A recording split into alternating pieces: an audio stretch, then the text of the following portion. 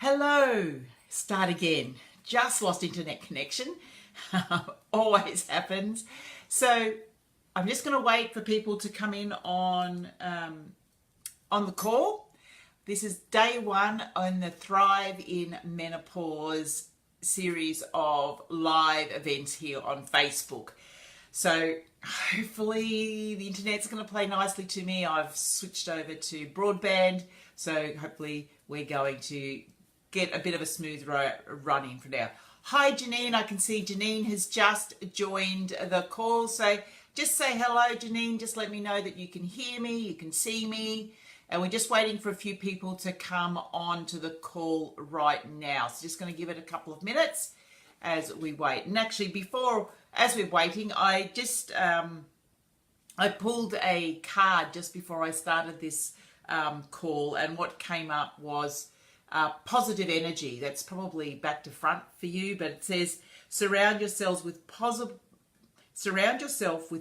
people and situations and avoid negativity. So that's what today's all about for me. And on the card there's a whole pile of dolphins, and dolphins are my spirit animals. So it was unbelievable that this is exactly what I need to be doing today, sharing this information with everyone. Now, I know that many women are probably very busy first thing in the morning, so they may not be watching the live call. Hi, Linda, how are you? Let me know that you can hear me and you can see me. So there'll be lots of people coming back and watching the video, the recording afterwards. So there'll be some women coming in as we go along. These calls will be run at 8 o'clock every morning for the next 5 days, and they will stay in the Facebook group. So if you can't be on the call live at 8 o'clock in the morning, then just come back and watch the video. But I am actually giving a free consult away for people who actually do make the effort to be on the call. So if you can be on 2 live calls plus the Women's Circle. So on Saturday at 1 p.m, I'm running the Wise Women's Circle.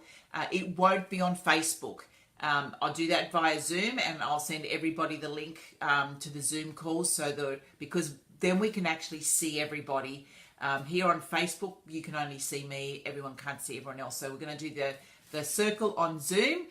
Women's circles are absolutely fantastic. If you haven't been part of a women's circle before, I strongly recommend that you come in on Saturday and just experience how unbelievable women are when they come together in a group. So if you do 2 lives plus the women's circle, you'll go in the draw to getting a free consult with me to work through whatever issues you have through menopause. So I've got a bit of an outline of what I'm going to go through today. Hopefully only about 30 minutes today. That's all it's going to take, depending on how many questions that we've got. So for those of you who don't know me, I just thought I'd do a really quick introduction to who I am and why I am doing this. So my background is that I'm a qualified naturopath. I was in clinical practice for 13 years. I qualified about 15 years ago. I haven't actually been in clinical practice for the last couple of years, but because I switched more over into health coaching. So now I do health coaching. I'm also certified in a form of kinesiology called Lifeline Technique, where we get to understand the beliefs and the emotions that are causing the physical symptoms that are expressing in your body. Also trained in NLP, and I've got Linda Dyer here on the call. She's a NLP master trainer. But yeah, I'm trained in NLP as well. So I do a lot of different things, but my main focus now is to help women through this stage of menopause, because for many women, as I speak to them, they're struggling and they're actually feeling like there's no one they can talk to. And I want to demystify menopause, and we'll go into a little bit more about what menopause is in a minute. But my aim now is to show women how they can actually transition through this next stage of life with minimal symptoms, and to really step into their wise woman because this is the stage where we kind of get to a time in life where we really don't really worry too much about what other people think, but this is when our wisdom comes out, and it's time to embrace that. And this is what I call the Marga stage. So Marga means wise woman in Sicilian. So my business, or what I do, my project is called the Marga Woman Project. I have a magazine called the Marga Woman Magazine. I have a YouTube channel called the Marga Woman TV, and I'm about to launch my podcast, which will be Marga Woman Radio. So it's all about stepping into the wise woman that we are when we come into this stage of life. So it's a little bit of an intro of who I am and what all this stuff is all about. Now, over the next 5 days, I'm going to share with you I'm going to share with you the best information that I've got and how you can really embrace this time of your life. I'm also, for those of you who are interested, going to share with you a little bit about a new program that I'm launching called the Embrace program. So I'll mention that a little bit as we go along, but this is not a sales pitch. It is really to share information with you. So if you, I've got a hashtag, and it's called #ThriveInMenopause. So if you're on a live, just put #ThriveInMenopause so that I know that you're here live. And if you decide to post anything regarding this experience, just use that hashtag so that I can see that. So I want to start with, let's define what menopause is, because there are, when I'm actually using the word menopause, there are actually different words. So menopause in essence is a time, it's just a time when after 12 months of no cycle, you're deemed to be in menopause. So if you had no cycle for 12 months, no period for 12 months, it is said that you are now in menopause. So menopause is just kind of like a line in the sand. Prior to that, you're in perimenopause. And this is when lots of women experience all different symptoms as their hormones shift. After that line in the sand, you're now in postmenopause. But the general term around all of it is menopause. And menopause for women can last, it can last 12 months. It can last many, many, many years. Some women continue to experience symptoms for 10 to 13 years. But I don't want that to be you, because you don't have to experience that at all. You can really, I'm going to share with you what causes a lot of these symptoms as we go over the next couple of days so that you can understand that. So I'm going to just use the word menopause, but generally we're talking perimenopause, postmenopause, but let's just stay with menopause because that's what people understand. Now, many of the common symptoms that come up for women, and the ones that women know the most of, are hot flushing, night sweats, insomnia, issues losing weight, and, you know, there can also be vaginal dryness, dry skin, muscle aches and pains. A lot of these types of symptoms are associated with menopause, and they're called menopause symptoms, but in essence, they're not necessarily menopause symptoms, and I'll share with you why in a couple of minutes. So I just want to talk to you a little bit. I've got a few notes here. I just want to make sure that I cover everything off. Which hormones that we're actually going to be, which impact us. So we've got the one most people know about estrogen, but there's other hormones that are changing at this stage of life: progesterone, testosterone, cortisol, which is a stress hormone, and insulin. And let's just make sure that I bring down my... So the first hormone that starts to shift is actually progesterone. So progesterone is produced in the second half of every cycle, once the ovary releases an egg. So the egg actually creates the progesterone to keep that egg healthy, and should it result in a pregnancy, well, then progesterone continues to produce because it supports the embryo in the first 3 months of after conception, and then after that it'll start to drop down, and then the other pregnancy hormones take place. But with as you release less eggs because you've got less supply, your progesterone levels start to come down. So progesterone is our feel-good hormone. It's the hormone that in the second half of your cycle has you feeling good. It's the hormone that in the first 3 months of being pregnant, you feel, really, really excited. And as progesterone starts to come down, you can start to feel a little bit anxious. This is when depression can come up. Your moods can be up and down. So this is generally a result of progesterone. The next hormone that starts to drop after that is testosterone. Now, testosterone is our get up and go hormone. Now, testosterone obviously we know is a male hormone, but as females we have it too. And when our testosterone levels start to come down, we can start to lose motivation, we can start to lose our passion, our zest, our get up and go.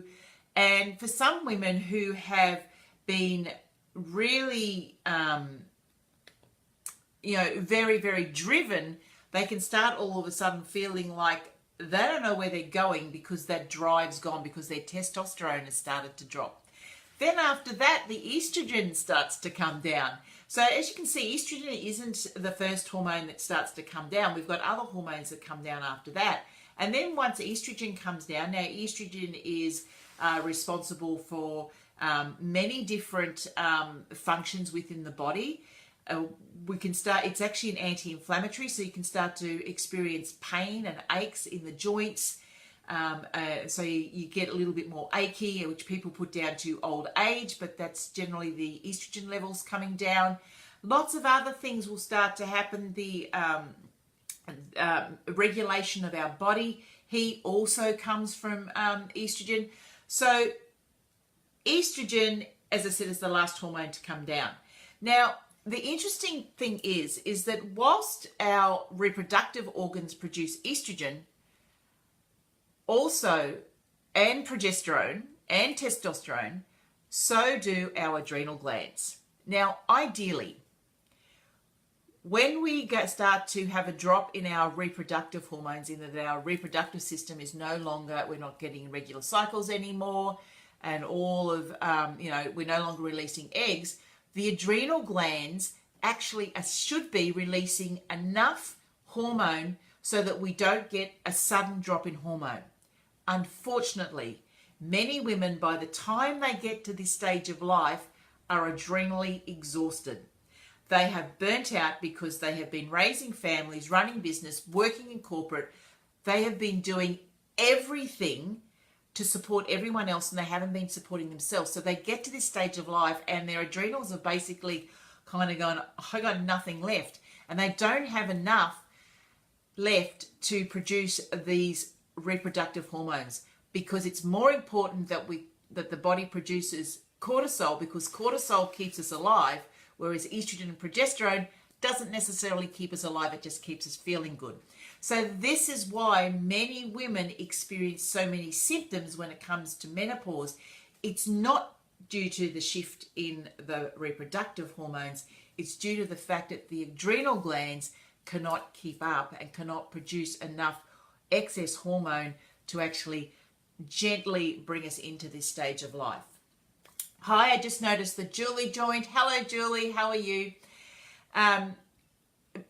Because it's quite interesting, is that when we go and look at some of the more traditional cultures, they don't experience menopause like we women in the Western world do.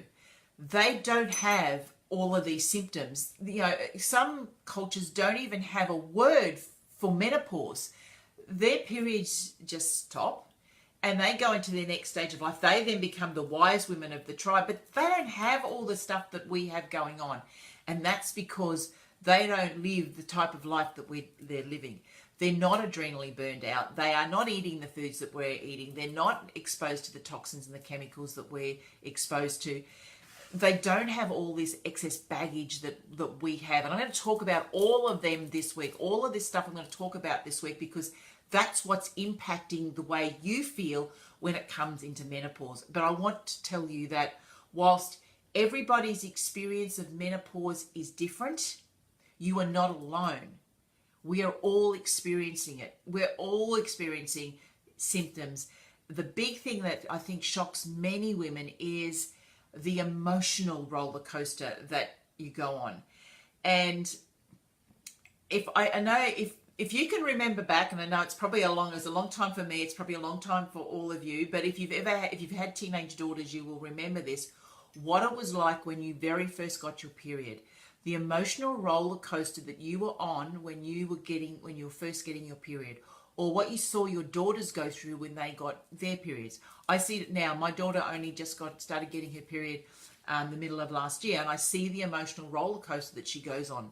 You're going through the same emotional roller coaster because you've actually got the opposite end of the hormones, where she has them coming up and they're trying to balance themselves out. You've got them going down and they're trying to balance themselves up. So the difference is you've got so much more baggage. You've lived so much more, and for many women, they've got wounds. They've got wounds from being a woman. If you grew up in the same era that I did. I'm 56, so I know that women on this call are probably within a 10-year radius of that. So you grew up in the same world that I grew up, where women were fighting for their rights, but we really didn't get them. That I would say that now the Me Too movement has come out, that nearly every single woman at this stage of life has experienced some type of sexual contact that they didn't invite, but we accepted that was just the way it was, and we just had to be there because we were women and there was nothing we could do about it. But these are wounds, these are deep wounds, and we hold these wounds within us, and then when we get to this stage of life, starts to expresses itself in anger, in fear, in all of this stuff, and we don't understand what's going on. We don't understand why we sometimes feel like that if one person came near us, we're going to kill them. That's part of all of the stuff that you've been dealing with over the last 30 odd years, and it's now actually started to come out. And if you don't address it, if you don't heal those wounds, if you don't deal with those emotions, they're going to continue to come up for the rest of your life, and they will express themselves physically. There is a very strong connection between our emotions and our physical health.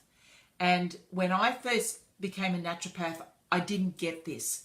I didn't understand that connection. It's not until I did a lot more study and realized what was going on, I got into kinesiology and realized that the emotional wounds that we're holding expresses in our physical body. So when we're expressing physical symptoms of menopause, we've got to be looking at more than just the hormones. I'm going to be talking more about that this week. Yes, there is a shift in hormones, but why are we experiencing this when other women aren't? Because there's women in the world that don't experience this, but with the Western world, we're experiencing it a lot. And the reason is because of, as I said, our diet, our stress, our emotions, our environment. All of this comes to expressing these symptoms. And I know that when we address these, that your symptoms will go. 2 years ago, I was getting hot flushes all of the time. Struggled to sleep. I still have issues to sleep every so often, but I know why. And I'm going to share that with you. And I'm still working on some of the aches and pains. So I still got a little bit of aches and pains, and I've got a few issues going on. But I know what triggers them. I know what makes it worse, and I know how to actually get rid of those symptoms. So that's what I'm going to share with you. I'm going to share with you stuff that I never ever learned as a naturopath, because when I studied to be a naturopath, they only taught me how to deal with hot flushes, because that's all anyone ever spoke about. But I now know that there's so much more, and I've learned, and I've gone and I've learned from other sources, and I know what it takes to actually live a vital life, to thrive in menopause, not to kind of just barely survive. So that's what the next 5 days is about. I've spoken to you about hormones. The other two hormones that we will be looking at is insulin and also the thyroid hormones, because they also impact the way you're feeling at the moment. So we've got 6 hormones that are playing at the moment around what's going on in your body. So we need to really be really clear on what's going on with that. But when it comes down to it, it's still all the same things that resolves all of these issues. But what I want to talk to you about, because I'm just going to finish the call up today because we've been going for nearly 23 minutes. One thing in the, if you go in the Facebook group that you're in now, in units, there's actually a little workbook that I have put in there.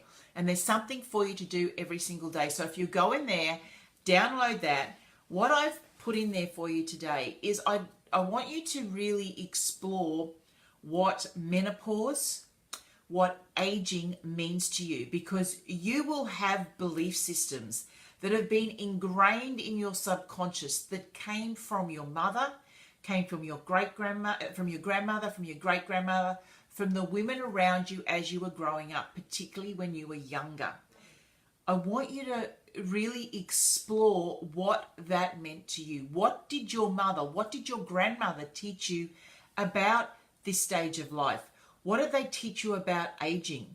Because if we really look at it, your grandmother, when you were 5, is probably round about the same age as you are now.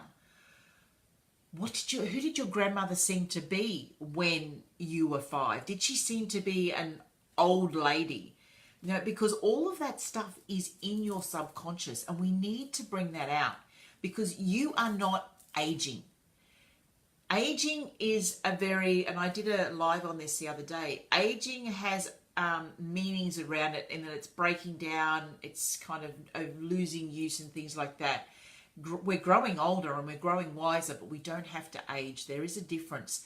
So we need to really be looking at what the mindset, what the beliefs around this are.